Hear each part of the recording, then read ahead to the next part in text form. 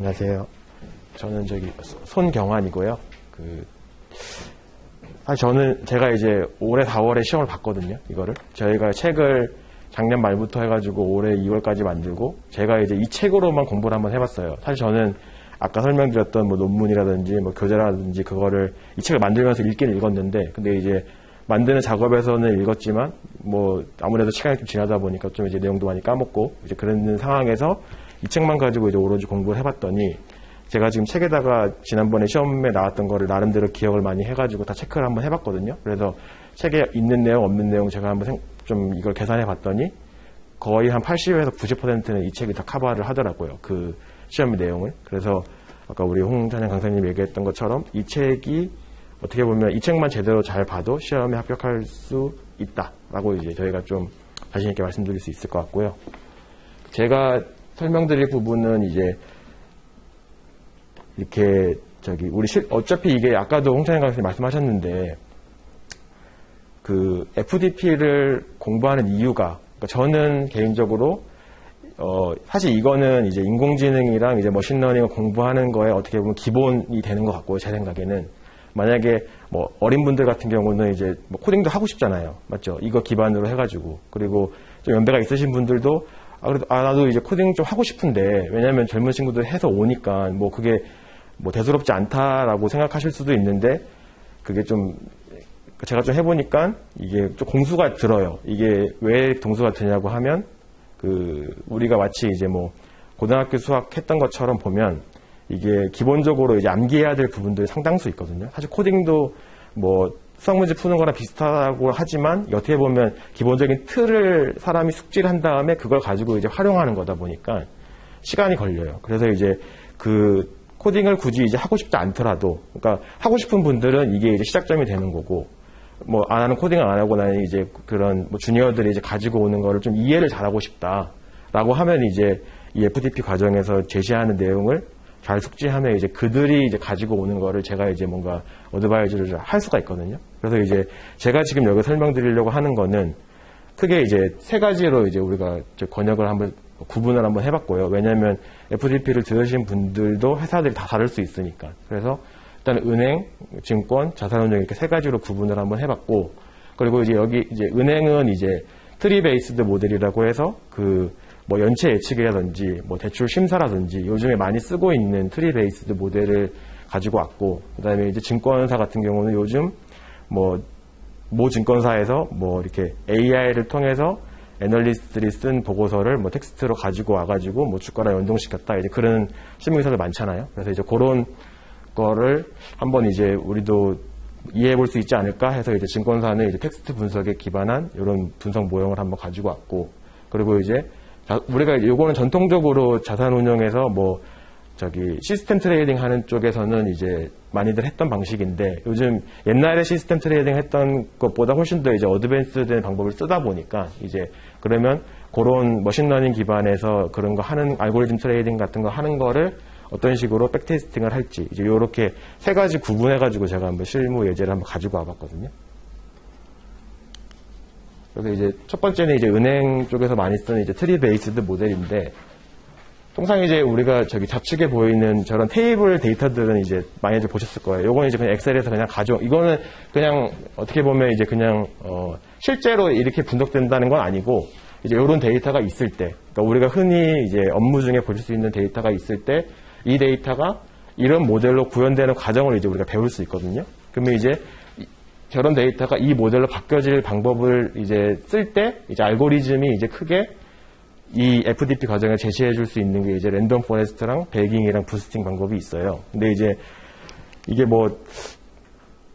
제가 오늘은 이거에 대해서 알고리즘에 대해서 설명을 드리는 거는 좀 그런 것 같고, 잠깐만요. 이게 보시면 이게 사실은 이제 배깅이랑 부스팅이 이제 이런 좀 복잡한 이제 이런 그림을 이해를 하면 이게 이제 배깅이 뭐다, 부스팅이 뭐다, 이런 거거든요. 그러니까 배깅은 뭐냐면 쉽게 설명하면 우리가 리그레션은 그냥 시간 하나 만들어가지고 거기다 인풋 넣고 아웃풋 나오는 그런 거잖아요. 근데 이제 머신러닝의 가장 이제 기본이 뭐냐면 이게 데이터가 너무 많아. 데이터가 너무 많은데 그 데이터 많은 걸 가지고 이제 모델을 만들 거예요. 근데 이제 그 모델이 하나 만들면 그 데이터에 너무 오버핏되는 모델이 나온다 이거죠. 그래서 이제 이거를 동일한 데이터에 대해서 여러 개의 모델을 만든 다음에 그 모델로 나온 결과를 뭐 평균을 낸다든지 아니면 그러니까 이제 그 이제 평균을 내는 게 이제 배깅인 방식이라고 치면 이제 부스팅은 뭐냐면 이런 식으로 순차적으로 모델을 만들어 나가는데 첫 번째 모델에서 나온 값의 잔차를 또 이제 예측하는 모델을 만들고 그거 나온 또 잔차를 또 예측하는 모델을 만들고 이게 이제 부스팅 방식이거든요. 그러니까 이게 저기 알고리즘으로 설명이 되면 굉장히 복잡할 수 있는데 없다. 이게 교과서 혹시 보시면 이게 랜덤 포레스트니 배깅이니 부스팅 설명하는 이제 알고리즘이 막 이렇게 그 컴퓨터 사이언스 기반해가지고 알고리즘이 막 나와 있어요. 근데 이제 그거를 그냥 눈으로 읽으면 아 이게 무슨 말 하는 거지? 라고 이제 우리가 좀 이해가 잘 안 되는데 이제 이런 식으로 도식화를 해서 좀 쉽게 이제 우리가 이해를 하면 아 이게 별거 없거든요. 생각해 보면.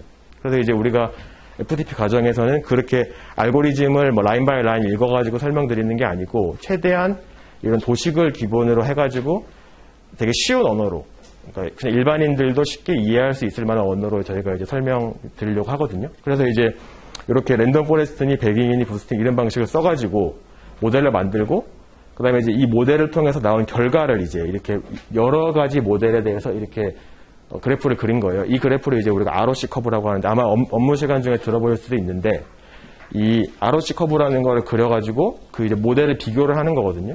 그러면 우리가 이제 뭐 좀 시니어 입장에 생각을 한번 해보면 주니어들이 모델을 만들어 온단 말이에요. 이것저것. 그럼 이제 뭐 머신러닝 지식이 별로 없어. 그러면 주니어가 만들어 온 모델에 대해서 조언할 게 별로 없단 말이에요. 그러면 얘가 잘 만들어 왔는지 이게 뭐 모델이 맞는 건지 안 맞는 건지 이제 우리가 판단을 할 수가 없고 그냥 얘가 확실해? 뭐 이제 이렇게밖에 할 수 없는 거예요. 근데 이제 우리가 그 여러 가지 모델로 나온 결과를 비교를 하고 그 모델이 어디가 잘못됐는지를 파악을 또 할 수 있으면 또 이제 이거는 이 부분은 좀 이상하니까 좀 고치도록 이제 우리가 조언도 해줄 수 있는 뭐 그런 거잖아요. 그래서 이제 여러 가지 방법을 써가지고 나온 모델들의 이런 그 모델 퍼포먼스를 나온 그래프가 주어지고 이 그래프를 이제 우리가 어떻게 이해하는지도 이제 FDP에서 이제 가르쳐 주거든요. 그래서 제 생각에는 그러니까 데이터가 주어지고 모델을 만드는 것도 일정 부분 배울 수 있고 그리고 이제 그 모델을 만드는 과정 중간에 알고리즘도 되게 어렵게 써져 있는 컴퓨터 사이언스 기반에 어렵게 써져 있는 알고리즘도 도식에 기반해가지고 그게 어떤 원리인지 알 수 있고 그리고 그 모델을 통해서 나온 결과를 여러 가지 모델에 대한 결과를 비교하는 것도 이제 우리가 알 수 있다. 그래서 이제 뭐 여러 가지 실무에 적용 확장성이 있다라고 저는 이제 생각이 들었고요. 그리고 두 번째 예시는 이제 증권사에서 텍스트 분석에 기반한 주식 수익률과 문서의 감성감 분석 모형 설계라고 있는데 사실 이거는 사실 저도 이제 그러니까 인공지능을 이렇게 뭔가 좀 심도 있게 공부하기 전에 이건 해보고 싶었어요. 그러니까 그러니까 다들 생각했을 때 문서가 엄청 많은데 그 문서를 우리가 좀 뭔가 업무에 활용해보고 싶고 그리고 이제 뭐 여러 가지 문서에 뭐 그 문서 예를 들면 이거 예시를 들면 여기 이제 아래 보시는 게 뭐냐면 위에 있는 게 테슬라 주가고 밑에 써져 있는 게 이제 그 테슬라에 대한 코멘트예요. 그 뭐 리포트에 이제 뭐 타이틀만 가져온 거, 이 오른쪽에 타이틀만 가져온 건데 그 타이틀이 테슬라 주가에 긍정적으로 코멘트한 것도 있고 그다음에 부정적으로 코멘트한 것도 있고 그럼 이제 이런 것들을 이제 이 스코어를 어떻게 산정하는 방식에 의해서 요거는 이제 우리가 나중에 뭐 공부하면서 배울 거고 그래서 이 스코어를 구하면 요거는 이제 뭐 좀 부정적인 뉘앙스 그다음에 플러스면 좀 뭐 포지티브한 뭐 센티먼트 이제 이렇게 분류를 한 다음에 이제 그 테슬라의 수익률과 이 스코어 간의 뭔가 리그레션이나 뭐 여러 가지 뭐 통계적 기법을 통해서 이제 우리가 텍스트를 주가 수익률이랑 연계해가지고 분석하는 이런 것도 FDP 과정에서 이걸 배우진 않지만 이제 우리가 텍스트 분석하에서 이렇게 뭐 텍스트를 분석하는 방법 또 FDP에 나오고 그 다음에 회귀 분석도 당연히 FDP에 나오고 그러면 이제 우리가 이거를 자연스럽게 이해할 수 있거든요. FDP 과정을 공부를 하게 되면. 혹시 뭐 질문 있으세요? 네. 아, 한국어는 이제 한국어도 되죠. 한국어 그러니까 이제 형태에서 분석이 되는 그걸 이제 자연어 모델을 가지고 오면 되죠.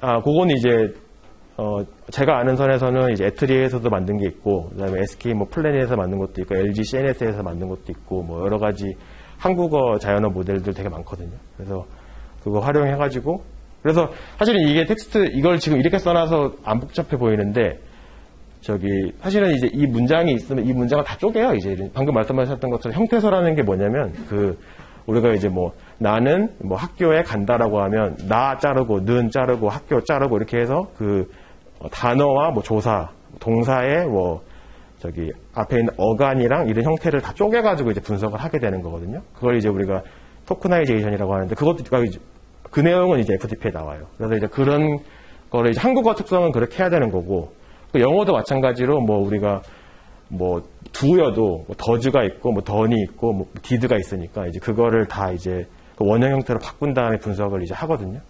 사실 그런 이제 분석은 여기 이제 이면에 숨어 있는 거고, 이제 그래서 그런 분석들을 이제 그러니까 분석을 하기보다는 그 분석을 이제 우리가 이해할 수 있게 되는 겁니다. FTP로 공부를 하게 되면. 그리고 이제 요거는 이제 우리 아까 토픽 9에서 이제 있는 하나의 논문에서 이제 발췌한 건데,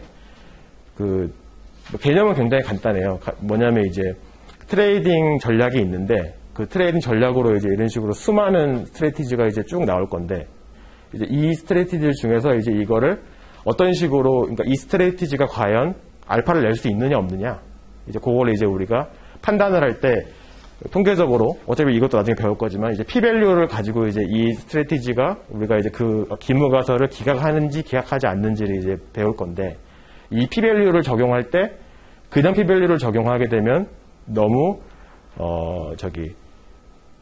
과소하게 이거를 평가하게 된다.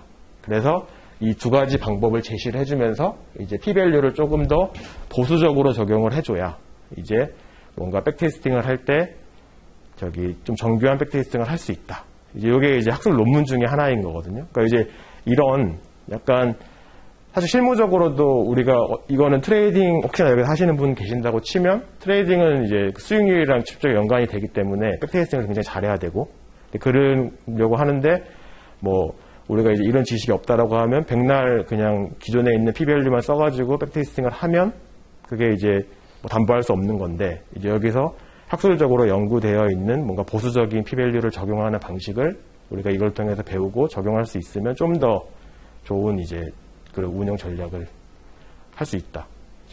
이 정도 설명드릴 수 있을 것 같습니다.